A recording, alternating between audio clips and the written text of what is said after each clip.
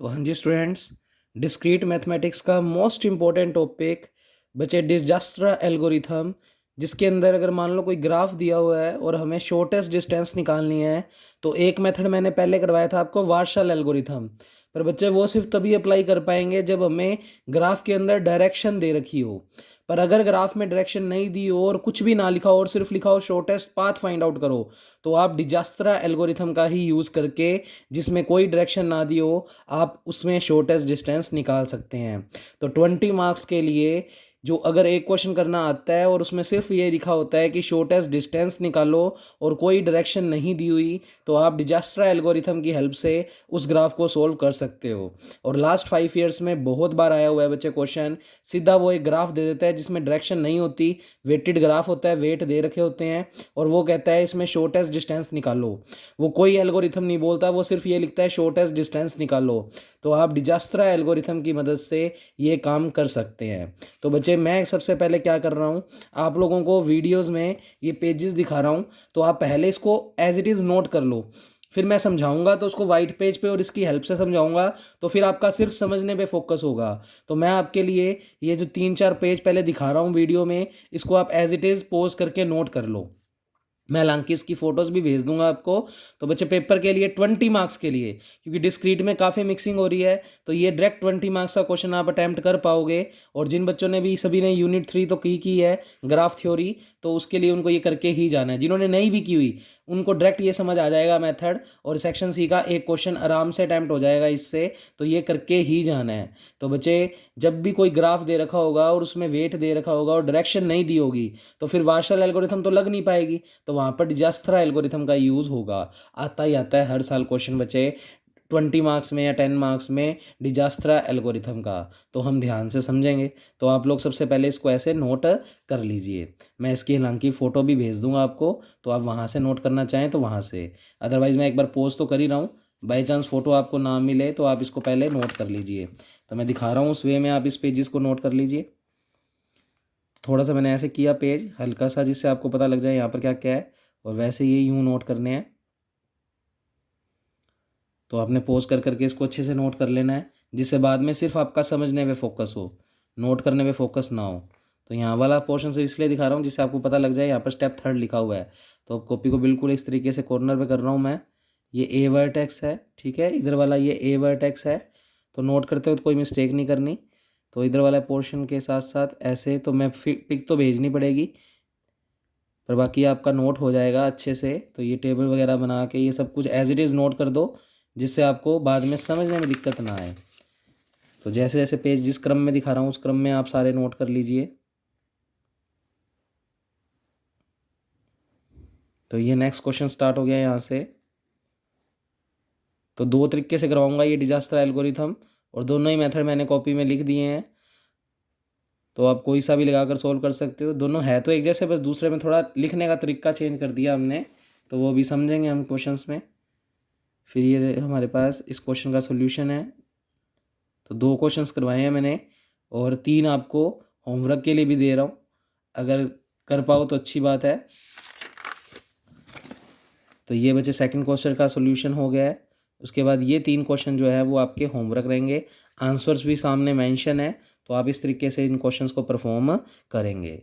तो सबसे पहले तो आपको डिजास्टर एल्गोरिथम मैं समझा दूं अच्छे से। तो आपने इसको नोट तो कर ही लिया होगा बच्चे, तो अब हम इसको समझना स्टार्ट कर रहे हैं। तो अब सारा फोकस आपका समझने पे होना चाहिए, क्योंकि आपने नोट तो एज इट इज़ कर ही लिया। अब देखें ध्यान से कैसे करते हैं।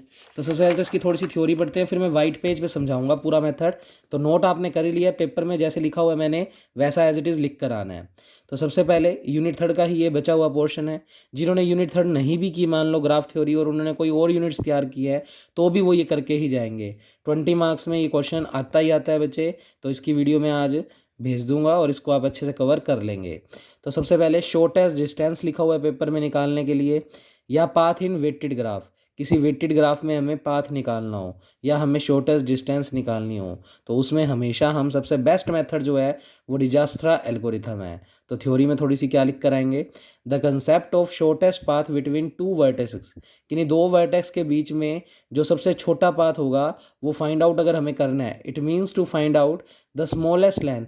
अगर दो वर्टेक्स के बीच की सबसे स्मॉलेस्ट लेंथ हमें फाइंड आउट करनी है या डिस्टेंस फाइंड आउट करनी है बिटवीन टू गिवन वर्टेक्स, जो दो वर्टेक्स के बीच में वो कहेगा कि इन दो वर्टेक्स के बीच में सबसे छोटी डिस्टेंस बताओ क्या होगी, तो there are several well known procedures.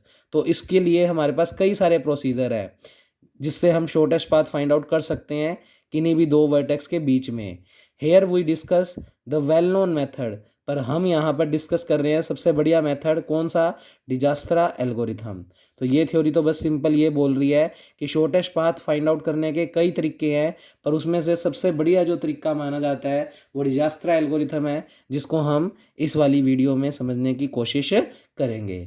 तो दो मेथड से करवा रहा हूँ, आपकी मर्जी है, कोई मर्जी मेथड अप्लाई कर सकते हो, पर आपको ज़्यादा इंटरेस्टिंग दूसरा मेथड लगेगा। है इजी दोनों ही, और दोनों एक जैसे ही हैं, बस दूसरे में थोड़ा लिखने का तरीका अलग हो जाएगा, तो वो हम देखते हैं।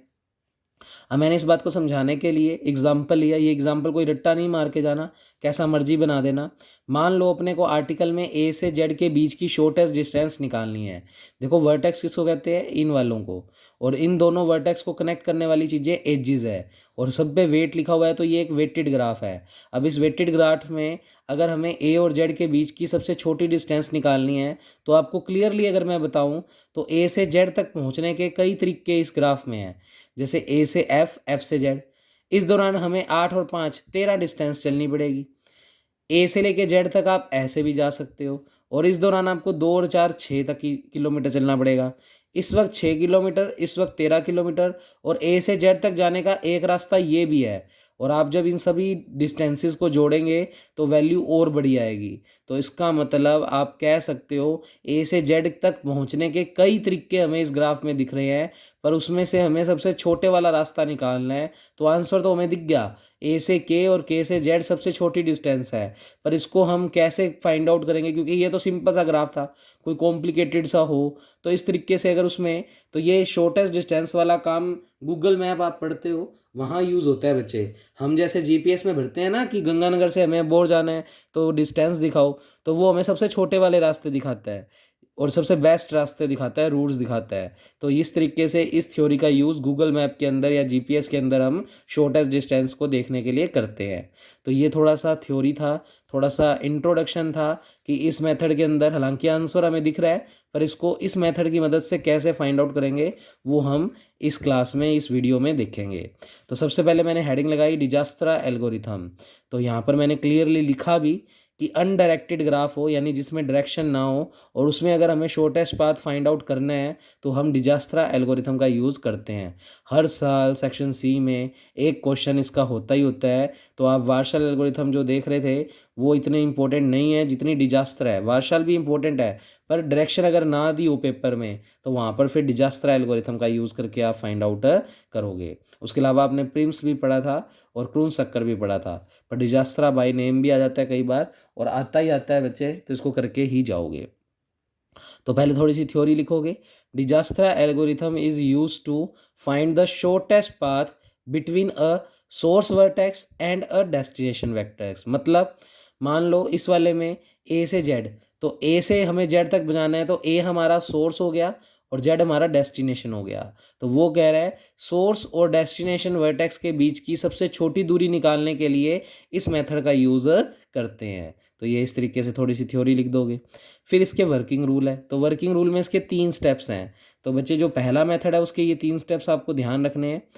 पहला स्टेप, पहले तो उसने सबसे पहले एक थ्योरी सी लिखी, सपोज जी मतलब ग्राफ, ग्राफ के अंदर वर्टेक्स होंगे, एजेस होंगे, और सभी के वेट दे रखे हैं। तो यहाँ पर डब्ल्यू वेट को बता रहा है। तो एक ग्राफ लिया जिसके अंदर वर्टेक्स है, एजेस है, वेट है, तो उसने लिखा G be any graph where V is the set of vertex. V तो है वर्टेक्स का सेट, तो इसमें वर्टेक्स का सेट कौन कौन है, A F Z E C B K, और ई मतलब एजिस, तो एजिस जैसे A F Z, Z E D, ये सारी एजिस हैं।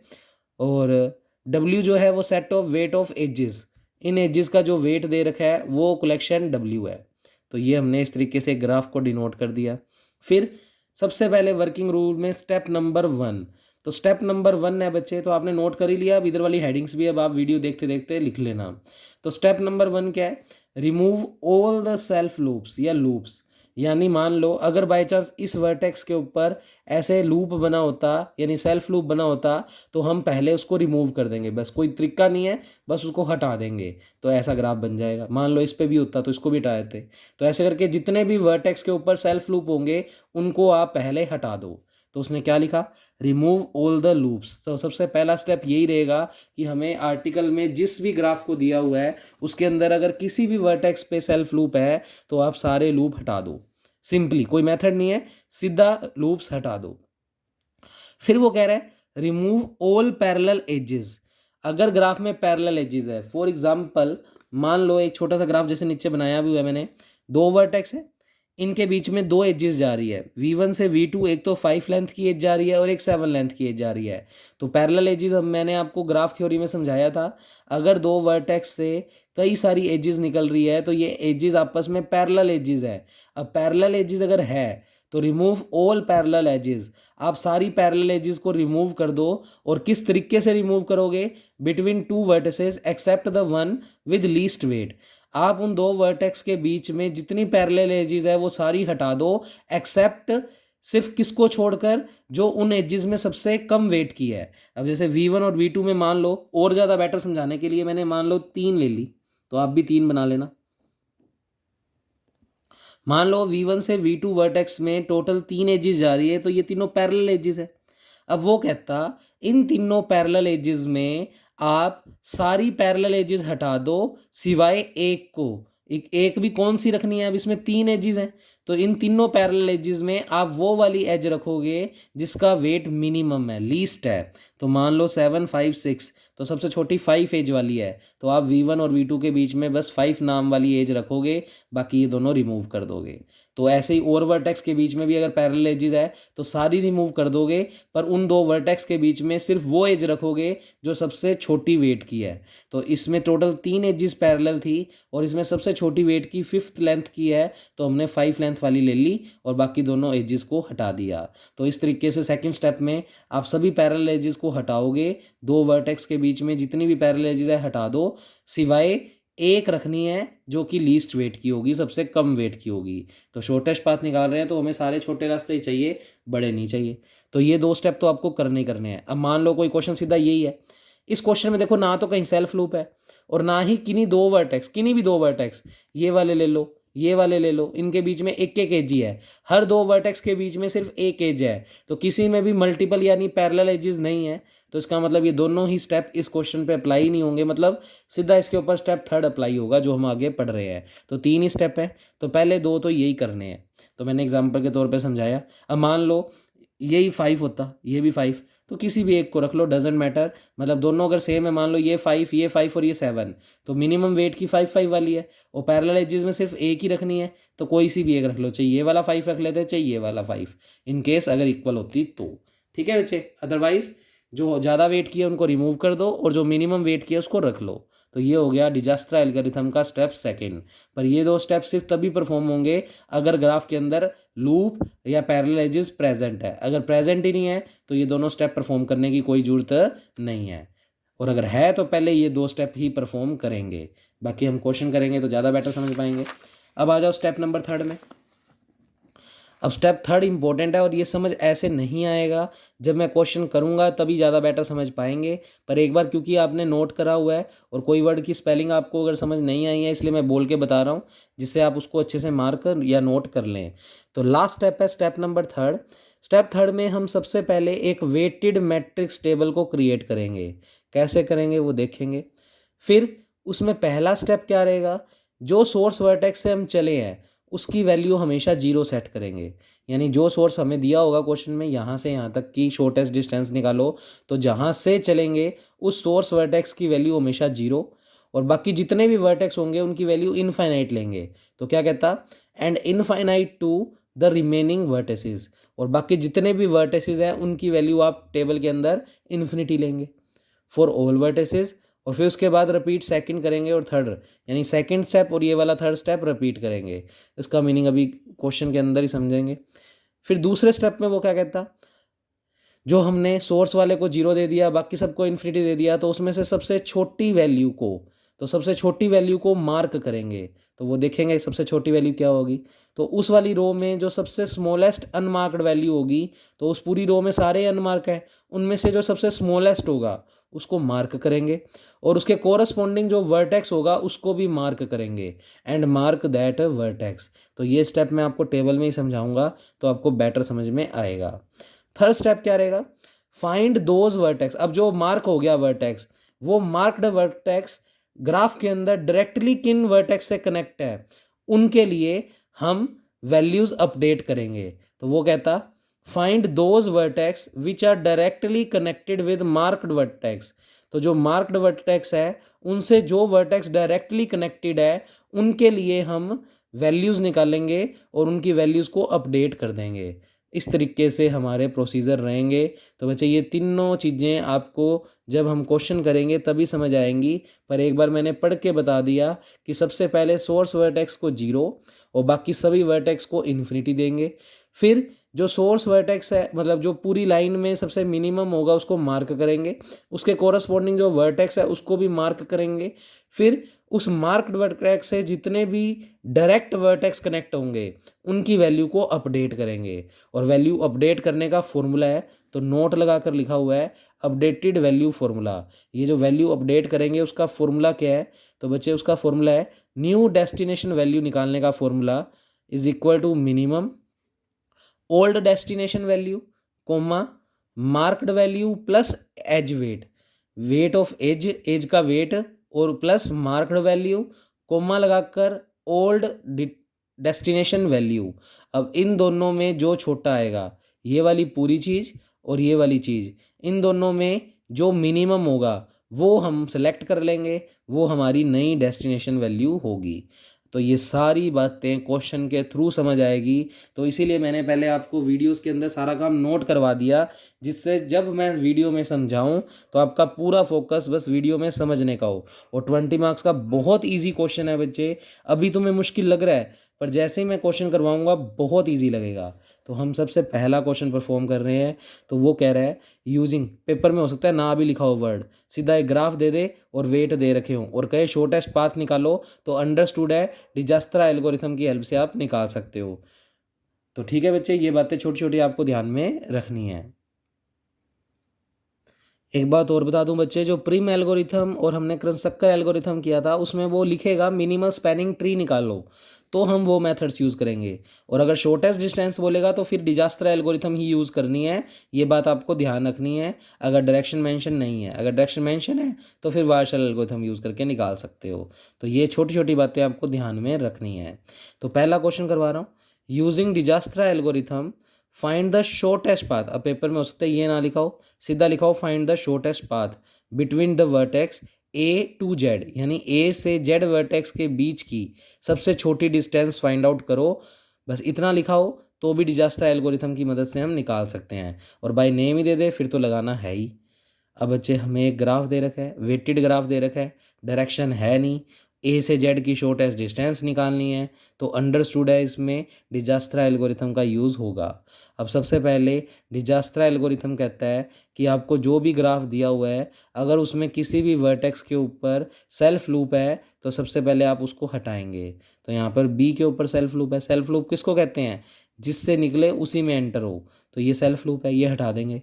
तो पहला स्टेप हमने लिखा, तो यहाँ से सॉल्यूशन स्टार्ट हो गया। पेपर में एज इट इज़ यूँ ही लिख कर आओगे।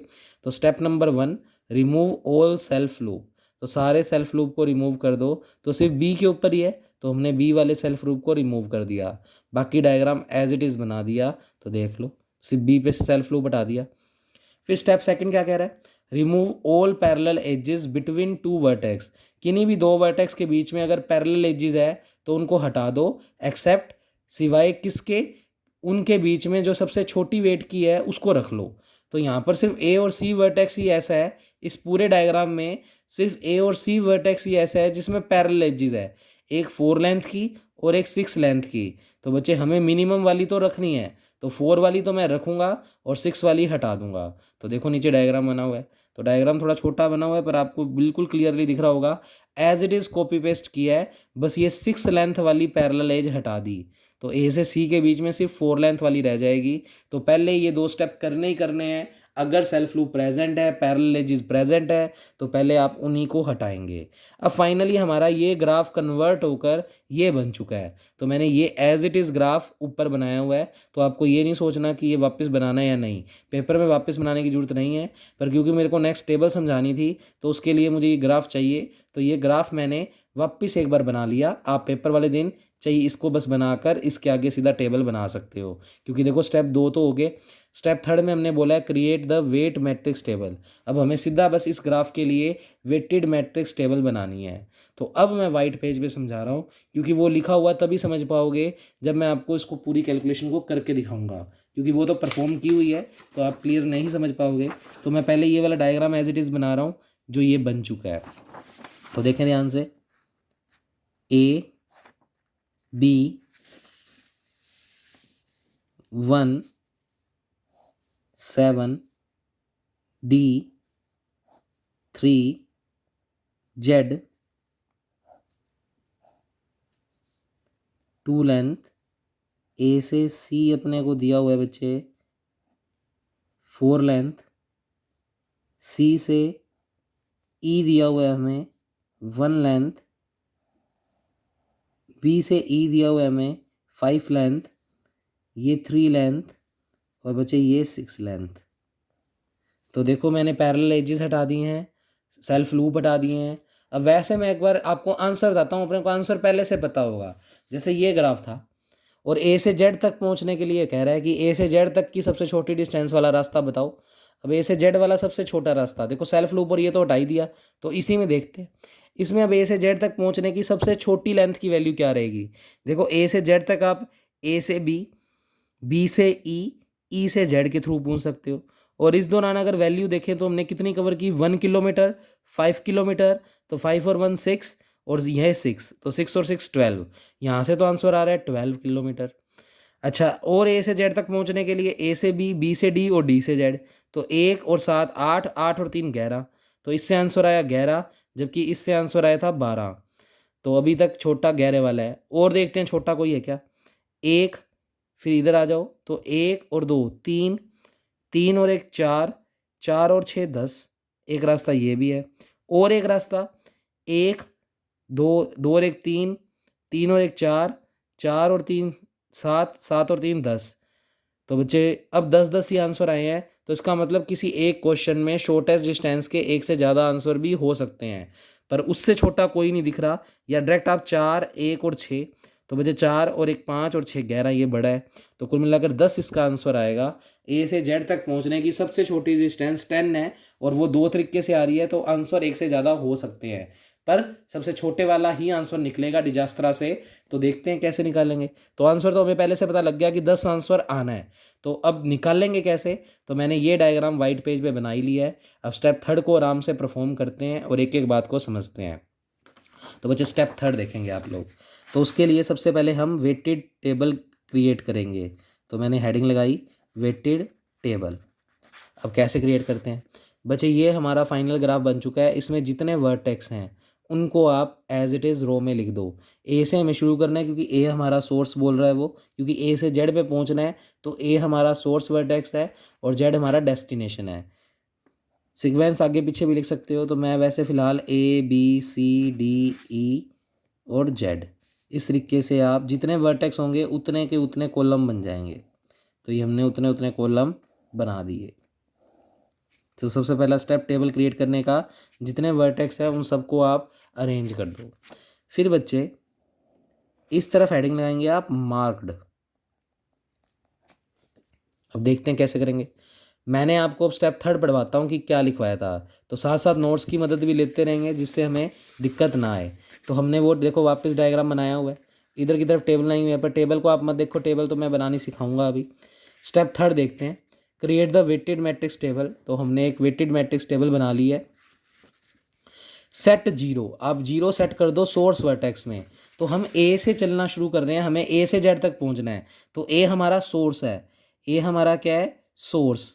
और ए सोर्स है तो वो कहता है स्टेप थर्ड के अंदर जो सोर्स वाला वर्टेक्स है उसकी वैल्यू 0 सेट कर दो और रिमेनिंग सबकी इन्फिनिटी। तो ये हमारा स्टेप थर्ड का फर्स्ट स्टेप हो गया। तो स्टेप थर्ड का फर्स्ट स्टेप हम एक बार थ्योरी में पढ़ते हैं, क्या लिखा हुआ था हमने। आप सोर्स वर्टेक्स पे तो 0 सेट कर दो और बाकी सब पे इन्फिनिटी कर दो सेट। तो हमने 0 किया सोर्स पे और बाकी सब पे इन्फिनिटी। फिर आगे जो लाइन लिखी हुई है उसका कोई मतलब नहीं है, उसको बस वैसे समझाता हूँ आपको डायरेक्ट में। इतना करने के बाद उसका स्टेप थर्ड का सेकंड स्टेप पढ़ो, क्या कह रहा है बचे। अब स्टेप सेकंड कह रहा है कि आपके पास जो रो बनी है उसके अंदर स्मॉलेस्ट अनमार्क्ड वैल्यू को मार्क करो। तो बच्चे ये सारी अनमार्क्ड है, इनमें से कोई भी मार्क नहीं कर रखी हमने। मार्क करने का मतलब सिलेक्ट नहीं कर रखी। तो इनमें से सबसे छोटी को सिलेक्ट करो। तो सबसे छोटा 0 ही है, तो 0 को हम सिलेक्ट कर लेंगे। ये जी सिलेक्ट हो गया। तो ये 0 के ऊपर बॉक्स बनाने का मतलब इसको मार्क कर दिया। तो वो क्या कह रहा है, अनमार्क्ड वैल्यू में सबसे छोटी वैल्यू को मार्क करो and the mark that vertex, और उस वर्टेक्स को भी मार्क करो। अब वर्टेक्स को मार्क करने का मतलब इस मार्क्ड वाले में यहाँ पर उस वर्टेक्स का नाम रख दो। तो बच्चे ये वाली हमने सेलेक्ट की है और इसके कोरस्पॉन्डिंग वर्टेक्स का नाम ए है, उस ए वर्टेक्स को भी मार्क्ड कर दो, मतलब ए को यहाँ पर लिख दो। तो बच्चे ये हो गया स्टेप थर्ड के सेकंड का मीनिंग। अब आ जाओ थर्ड का। थर्ड में क्या कह रहा है, फाइंड दोज वर्टेक्स। अब वो वर्टेक्स फाइंड आउट करो which are directly connected with marked vertex. अब हमें डायग्राम के अंदर जो हमारा मार्क्ड वर्टेक्स है, हमारा इस वक्त टेबल के अंदर मार्क्ड वर्टेक्स ए है, उस ए से वो वर्टेक्स देखो जो डायरेक्टली कनेक्टेड है, मतलब ए से डायरेक्ट जो जो वर्टेक्स कनेक्टेड है उनकी वैल्यू को अपडेट कर दो। तो अपडेट कैसे करेंगे। अब सबसे पहले ये ए वर्टेक्स मार्क्ड है और वो कह रहा है कि जो वर्टेक्स मार्क्ड हुआ है उससे डायरेक्टली जो वर्टेक्स कनेक्टेड है उनकी वैल्यू को अपडेट करो। तो मैंने देखा कि ए नाम के वर्टेक्स से एक तो डायरेक्ट बी कनेक्ट है, एक डायरेक्ट सी कनेक्ट है। अब डायरेक्ट कनेक्ट का मतलब है जैसे ए से डी डायरेक्ट कनेक्ट नहीं है, ए से डी कोई ऐसे एज नहीं जा रही, ए से डी तक पहुंच तो पा रहे हैं पर ए से बी, बी से डी होकर, तो वो डायरेक्ट कनेक्ट नहीं है। तो ए से डायरेक्ट कनेक्ट सिर्फ कौन कौन है, बी और सी। तो इसका मतलब अब इस सेकंड रो के अंदर जो ए के साथ डायरेक्ट कनेक्ट है सिर्फ वो वैल्यू अपडेट होगी, बाकी सारी एज इट इज़ पुरानी वाली लिख देंगे। तो बच्चे ध्यान से देखो। अच्छा, जो चीज़ पहले ही सिलेक्ट हो चुकी है अब उस खाने में नीचे कुछ नहीं लिखेंगे। तो ए वर्टेक्स तो सिलेक्ट हो ही चुका है, तो अब जो चीज़ सिलेक्ट हो ही चुकी है तो वापस वहाँ से नहीं गुजरेंगे हम, तो इसमें तो कुछ भी नहीं लिखेंगे। अब ए से डायरेक्ट कनेक्ट कौन कौन है, बी और सी। अब ए से डायरेक्ट बी और सी कनेक्ट है तो इसका मतलब बी और सी की वैल्यू अपडेट करनी है। अब अपडेट करने के लिए फॉर्मूला है, तो मैंने फॉर्मूला भी लिखा हुआ है। तो लिखा हमने, देखो न्यू डेस्टिनेशन वैल्यू, ये फॉर्मूला रहेगा अपडेट करने का। तो फॉर्मूला है मिनिमम ब्रैकेट में old destination value comma marked value plus edge weight. अब इसको अप्लाई कैसे करते हैं, तो देखो ध्यान से। ए से डायरेक्ट बी एज कनेक्ट है, बी वर्टेक्स कनेक्ट है और सी वर्टेक्स कनेक्ट है, तो इसका मतलब मेरे को डेस्टिनेशन बी निकालना है। तो देखो मैं नीचे लिख के दिखा रहा हूँ डी बी, या कुछ बुक इसको एल बी से भी लिख सकते हैं। मतलब डेस्टिनेशन कहाँ है, हमें बी पे जाना है, क्योंकि ए से एक तो बी कनेक्ट है डायरेक्ट, एक सी कनेक्ट, तो हम पहले बी पे जाके देख लेते हैं और फिर सी पे जाके देख लेते हैं। तो डेस्टिनेशन बी यानी हम बी पे पहुंच रहे हैं। अब न्यू डेस्टिनेशन वैल्यू यानी कहने का मतलब न्यू डेस्टिनेशन वैल्यू निकाल रहे हैं, तो फॉर्मूला है मिनिमम ओल्ड डेस्टिनेशन वैल्यू, तो ओ डी वी का मतलब old destination value comma marked value. तो मैं इसको अप्लाई करना सिखा रहा हूँ, तो नोट्स में तुम्हें तभी समझ आएगा जब आप यहाँ पर वाइट पेज पे समझेंगे। प्लस एज वेट, ये फॉर्मूला है एज वेट। अब इसको अप्लाई कैसे करेंगे, बच्चे बी के लिए कर रहे हैं। ओल्ड डेस्टिनेशन वैल्यू, बी में ओल्ड डेस्टिनेशन वैल्यू कितनी है, इन्फिनिटी, तो मिनिमम चल ही रहा है। ओल्ड डेस्टिनेशन वैल्यू अपने ने टेबल में देखी इन्फिनिटी। मार्क्ड वैल्यू, इस वक्त मार्क्ड वैल्यू क्या है, 0 plus edge weight. Edge weight का मतलब ए से बी का डायरेक्ट कनेक्शन में वैल्यू एज वेट में कितनी है, 1, तो बच्चे एज वेट में आ गया 1।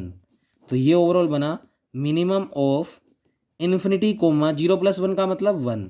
बच्चे इन्फिनिटी और 1 में छोटे वाले को सिलेक्ट कर लो, तो इन्फिनिटी और 1 में छोटा कौन है, 1, तो इसका मतलब 1 आ गया। ये आ गई डेस्टिनेशन बी।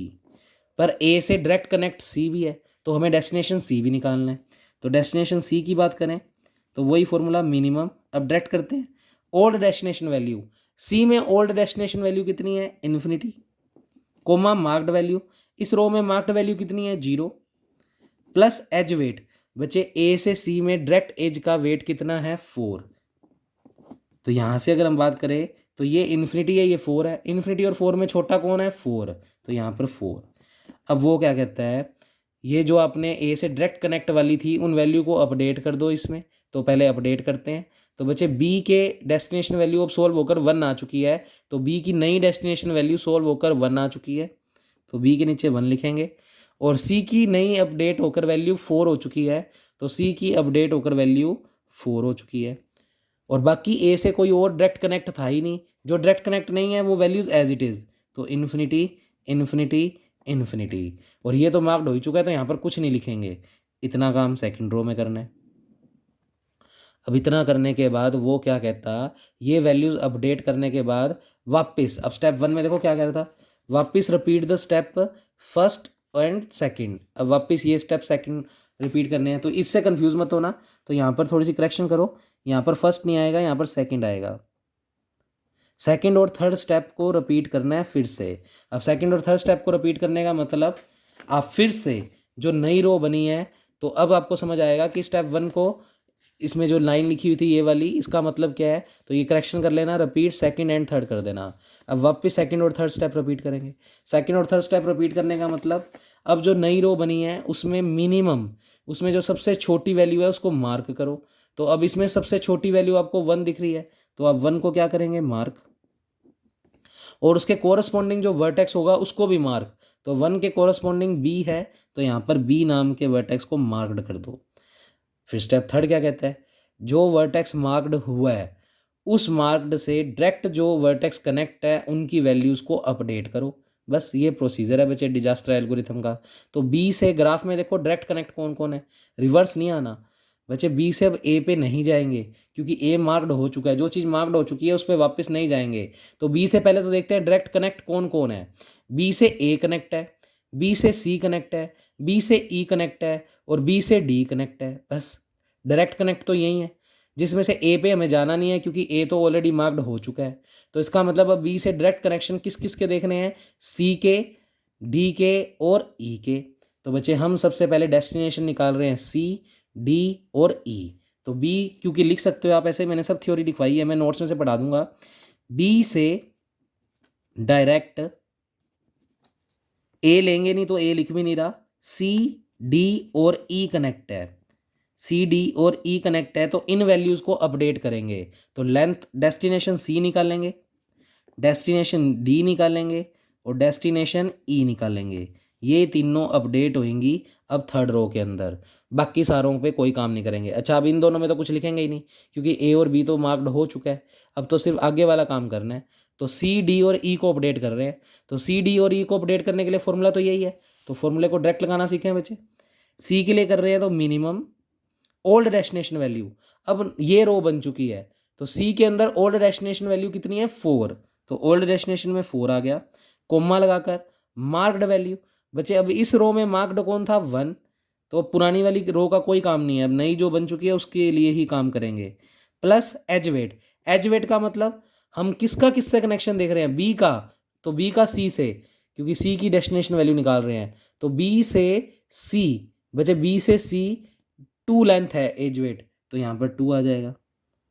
तो बच्चे 4 और 3, 4 और 3 में छोटा, 4 और 3 में छोटा 3, तो इसकी वैल्यू सिलेक्ट होकर 3 हो गई।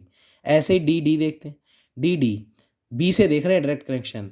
तो बच्चे फॉर्मूला कहता है मिनिमम ओल्ड डेस्टिनेशन वैल्यू, तो डी के अंदर ओल्ड डेस्टिनेशन वैल्यू इन्फिनिटी है, कोमा मार्क्ड वैल्यू, बच्चे मार्क्ड वैल्यू इस रो में 1 है, प्लस एज वेट। तो बच्चे बी से डी के कनेक्शन में देखें तो एज वेट कितने हैं 7, तो बच्चे 1 + 7 होता है 8, 8 और इन्फिनिटी में छोटा 8, तो यहाँ पर 8 आ जाएगा। ऐसे ई के लिए निकालते हैं, तो मिनिमम ऑफ ई के लिए old destination value infinity, marked value इस रो के अंदर 1, और बच्चे बी से देखना है, बी से ई की डिस्टेंस कितनी है 5, तो एज वेट है 5, ये बन गया 6, ये बन गया इन्फिनिटी, छोटा कौन 6। तो बच्चे ये तीनों वैल्यूज़ अपडेट कर दो। तो सी की लिख दो नई वैल्यू 3, तो सी के नीचे तो नई वैल्यू लिखेंगे 3, डी की डेस्टिनेशन वैल्यू चेंज होकर 8, और ई की डेस्टिनेशन वैल्यू चेंज होकर 6, और जेड के लिए कोई डायरेक्ट कनेक्शन नहीं था तो अभी भी इन्फिनिटी। और ये दोनों तो मार्क हो चुके हैं, तो यहाँ पर कुछ लिखने की ज़रूरत नहीं है। फिर वो क्या कहता है, इतना निकलने के बाद स्टेप सेकंड और थर्ड को वापस रिपीट करो। सेकंड स्टेप क्या कहता है, इस रो में जो मिनिमम है उसको मार्क करो। तो मिनिमम इसमें 3 है, तो हम 3 को मार्क करेंगे। 3 को मार्क करेंगे तो 3 के कोरस्पॉन्डिंग वर्टेक्स का नाम सी है, तो सी को मार्क कर दो। तो ये काम हो गया। अब अगला देखते हैं स्टेप। इतना मार्किंग करने के बाद बचे अब सी से डायरेक्ट कनेक्शन देखो ग्राफ के अंदर। तो सी डायरेक्टली कनेक्टेड किस किस से है। अब सी अगर बी और ए से डायरेक्ट कनेक्ट है भी तो जाना नहीं है हमें। तो सी ए से और बी पे डायरेक्ट कनेक्ट है पर जाना नहीं है क्योंकि वो चीज़ें मार्क हो चुकी है। तो सी से और कौन डायरेक्ट मार्क्ड है, सी से सिर्फ ई ही डायरेक्ट कनेक्ट है। सी से बी और ए कनेक्ट थे पर वहाँ पर पीछे तो जाना नहीं है हमें, और सी से कोई और कनेक्ट है ही नहीं, तो सी से सिर्फ ई कनेक्ट है। तो अब हम डेस्टिनेशन ई निकालेंगे, यानी सिर्फ अगली रो में ई अपडेट होगा, बाकी अपडेट नहीं होंगे। तो हमने लिखा सी से डायरेक्ट, सी से डायरेक्ट ई कनेक्ट है, तो सिर्फ ई की डेस्टिनेशन वैल्यू को चेंज करेंगे। तो ई की डेस्टिनेशन वैल्यू बराबर मिनिमम ऑफ, बचे ई के अंदर 6 वैल्यू ओल्ड डेस्टिनेशन वैल्यू है, कोमा इस रो में मार्क्ड वैल्यू अब 3 है, प्लस एज वेट।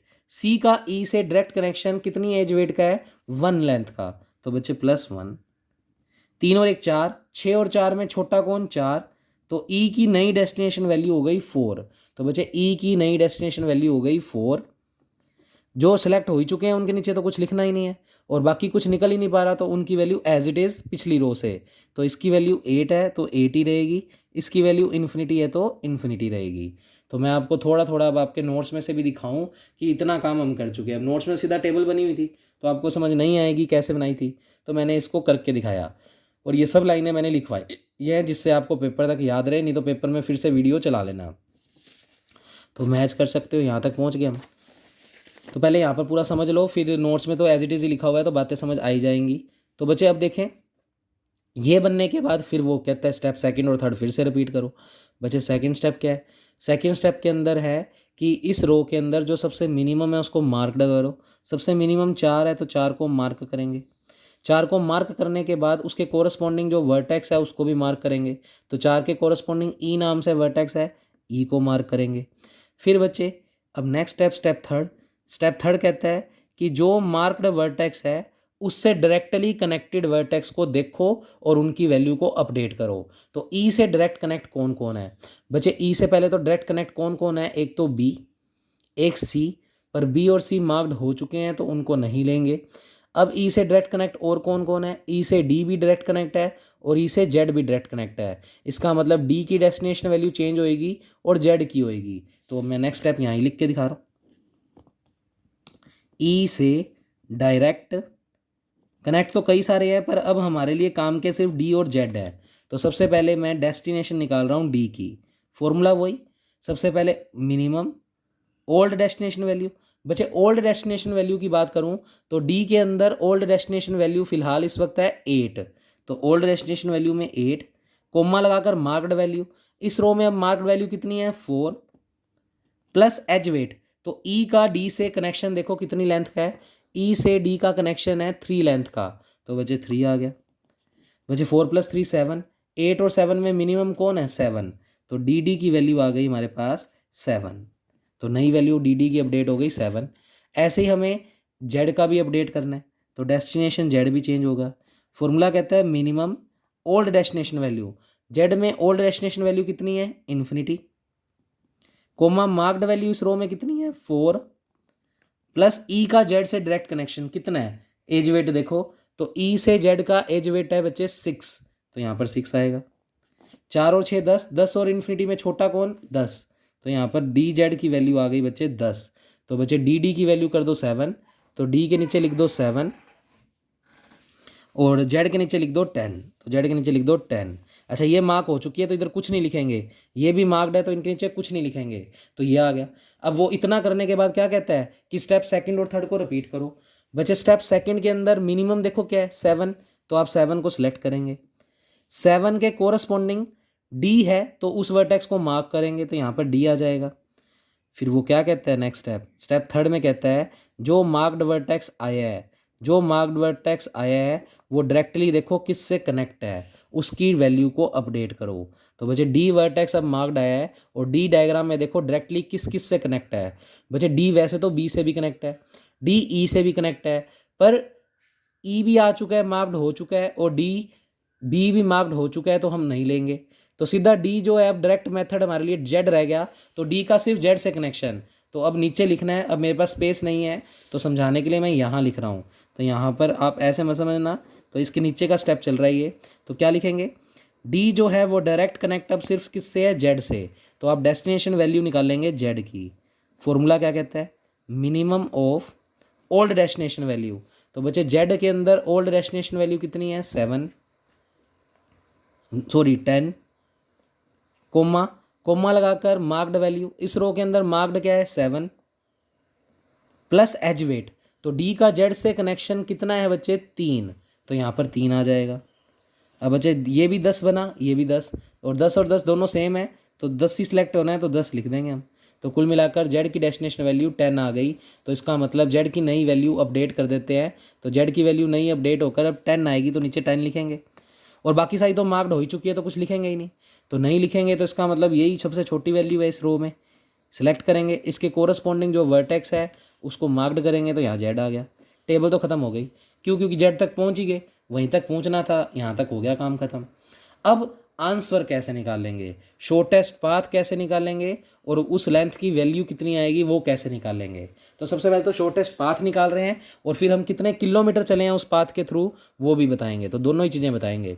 तो सबसे पहले शॉर्टेस्ट पाथ कैसे निकालते हैं, तो मैं आंसर यहाँ लिख रहा हूँ, आपके क्रम में लिखा हुआ है नोट्स में अच्छे से।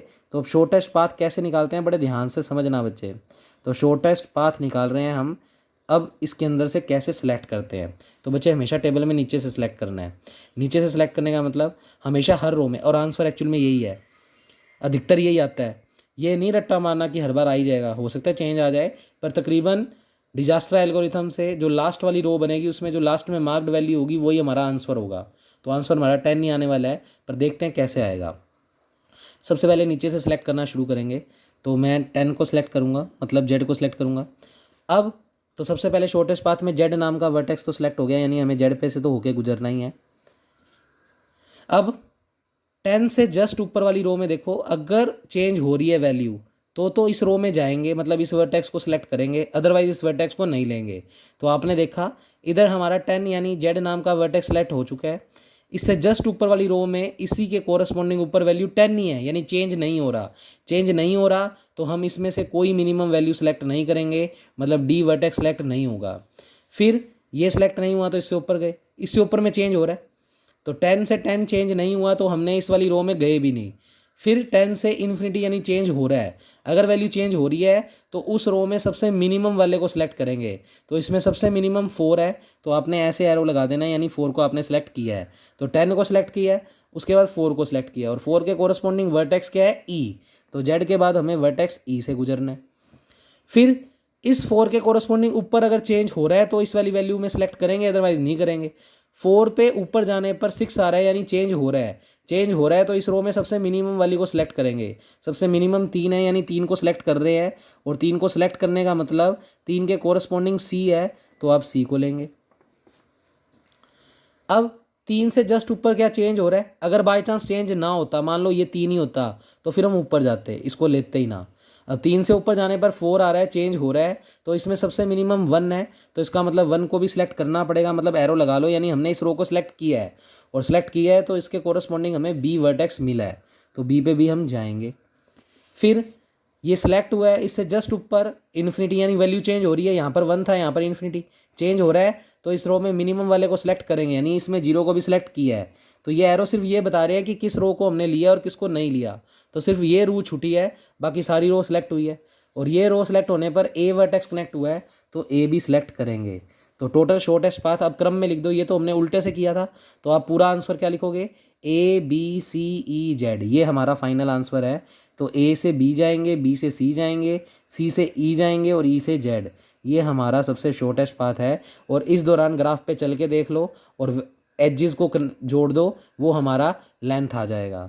तो सबसे शॉर्टेस्ट लेंथ जो आ रही है इस ग्राफ में वो कितनी आ रही है, ए से बी कितनी है 1, तो नोट्स में ऐसे जोड़ के नहीं दिखाई हुई, आप लिख देना। बी से सी कितनी है बच्चे 2, फिर सी से ई, बचे सी से ई कितनी है 1, और फिर ई से जेड, ये जेड लिखा हुआ है, तो ई से जेड की वैल्यू बात करें 6, तो 6 और एक 7, 8 9 और एक 10। तो बच्चे आंसर हमें पहले से ही पता था 10 आने वाला है, मैंने वैसे भी डायरेक्ट दिखाया था। तो इस तरीके से आप डिजास्टर एल्गोरिथम से क्वेश्चंस को परफॉर्म कर सकते हैं। अब नोट्स में ये एरो नहीं लगे हुए, वो मैंने इसीलिए नहीं लगाए थे क्योंकि आपको पता ही ना लगता, नोट करते तो आपको समझ ना आता ये क्या निशान लगा हुआ है। तो अब आप अपनी कॉपी में मार्क कर सकते हो, तो मैं नोट्स में मार्क करवा देता हूँ आपको। तो बच्चे देखें ध्यान से, तो वाइट पेज में मैंने बातें समझाई है इसीलिए। तो 10 के ऊपर एरो, तो मेरे पास स्पेस कम है तो मैं यहाँ पर एरो लगा रहा हूँ, आप लगा लेना, आपके पास होगा अच्छा खासा। फिर इसके ऊपर वैल्यू चेंज नहीं हो रही थी तो इसको नहीं लेंगे। फिर 10 के कोरस्पॉन्डिंग इन्फिनिटी चेंज हो रहा था तो इसको लेंगे। तो ये 4 लिखा हुआ है, तो अगर आपको नहीं क्लियरली विजिबल तो ये 4 है और ये सिलेक्ट किया है हमने। फिर इसके ऊपर भी चेंज हो रही थी तो 3 भी सिलेक्ट हुआ है। फिर इसके ऊपर भी वैल्यू चेंज हो रही थी तो 1 भी सिलेक्ट हुआ है, एरो लगा लेना। फिर इसके ऊपर भी वैल्यू चेंज हो रही है तो 0 भी सिलेक्ट हुआ है। तो ये एरोज लगा लेना जिससे तुम्हें पता लग जाए कि शॉर्टेस्ट पाथ निकालते वक्त डी को क्यों नहीं लिया हमने। और ये सारी लाइनें एज इट इज़ अच्छे से लिख के दिखाई है कि बी से कौन कौन कनेक्ट है, इस तरीके से वैल्यूज़ निकाल ली है हमने। तो ये सारी मैंने आपको वाइट पेज पे समझा दिया है। तो ये तो था डिजास्टर एल्गोरिथम का फर्स्ट मेथड। सेकंड भी है तो ऐसा ही, तो आप पहले इस फर्स्ट मेथड को आज अच्छे से करेंगे, कल बस एक लास्ट वीडियो और आएगी और डिस्क्रीट का सिलेबस पूरा ये करके ही जाना है। मेथड पेपर में आता ही आता है। तो यहाँ तक हमारा क्वेश्चन कंप्लीट हो रहा है। अच्छा, इसको अल्टरनेट चेंज करके लिख देना लास्ट में। दैट मीन्स जो पाथ आया है वो आया है ABCEZ, ABCEZ। तो स्टार्ट पीछे से करते हैं पर आंसर फाइनली ऐसे लिखते हैं। और hence the length of path is 10, और इसको डिस्क्राइब करना है तो आपको मैंने लिख के बताया अभी भी नोट्स में 1 + 2 + 1 + 6, तब जाकर 10 आया। तो ये हमारा डिजास्टर एल्गोरिथम से ए से जेड के बीच की सबसे शॉर्टेस्ट डिस्टेंस है। अब नेक्स्ट क्वेश्चन मैं आपको नेक्स्ट वीडियो में कराऊंगा और थोड़ा दूसरे तरीके से करेंगे, तो वो मेथड भी आपको आना चाहिए। दोनों ही डिजास्टर है, एल्गोरिथम है, और उससे हम शॉर्टेस्ट पाथ फाइंड आउट कर सकते हैं। Okay, thank you class.